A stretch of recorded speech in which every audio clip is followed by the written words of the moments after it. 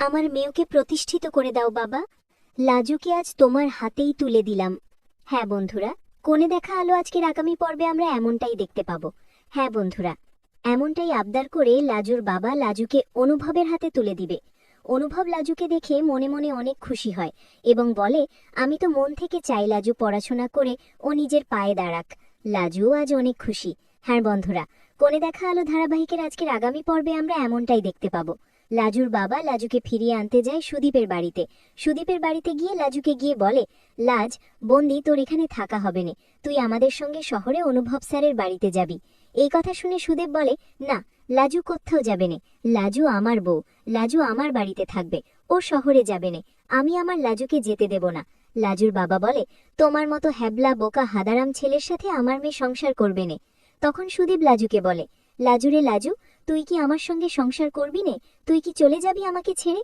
লাজু তখন কিছু বলে না, চুপ থাকে। লাজু তো আগে সুদীপের সাথে সংসার করতে চাইতো, কিন্তু এখন তো মন থেকে কেন জানি চায় না।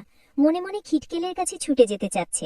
লাজু অনেক ভেবে বলে, আমি যাব বাবা, আমি খিটকেলের কাছে যাব। এই কথা শুনে সুদীপ কান্না করে আর বলে, লাজু তুই আমাকে ছেড়ে চলে যাবি? তুই আমাকে ভালোবাসিস নে, আমি তোকে ছাড়া থাকতে পারবো না। লাজুরে, আমি তোকে অনেক ভালোবাসি। এতদিন মনে মনে তোকে নিয়ে ঘর বাঁধার স্বপ্ন দেখতাম, এখন তোকে কাছে পেয়েও আবার হারাবো, তাই বলে কান্না করে। তারপর লাজুর বাবা লাজুকে নিয়ে চলে যায় শহরে অনুভবের কাছে। অনুভব গ্রামের শেষ প্রান্তের কাঁচা রাস্তাটা ধরে ধীরে ধীরে হাঁটছিল লাজু। পাশে বাবা, কঠোর মুখ, কিন্তু চোখে আজ অদ্ভুত এক নরম ছায়া। অনেকদিন পর বাবার হাতের ছোঁয়া পেয়েছে লাজু। সেই ছোঁয়ায় ভয় নেই, আছে আশ্বাস। কতদিন এই মুহূর্তের জন্য লাজু অপেক্ষা করেছে সে নিজেও জানে না।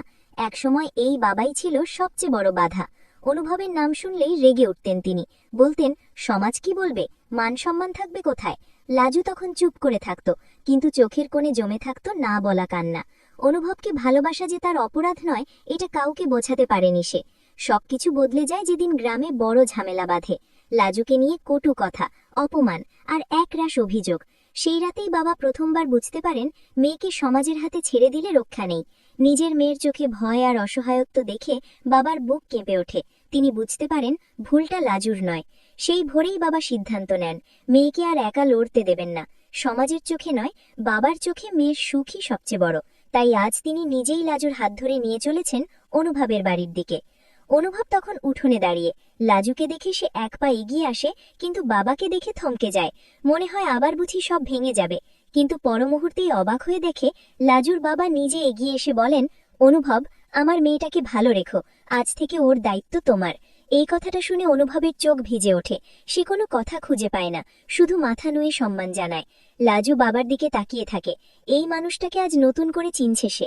এতদিনের কঠিন মুখটার আড়ালে যে এতটা ভালোবাসা লুকিয়েছিল তা সে জানত না। বাবা লাজুর কপালে হাত রেখে বলেন, ভুল করেছি মা, তোকে বুঝতে পারিনি, আজ ক্ষমা চাচ্ছি।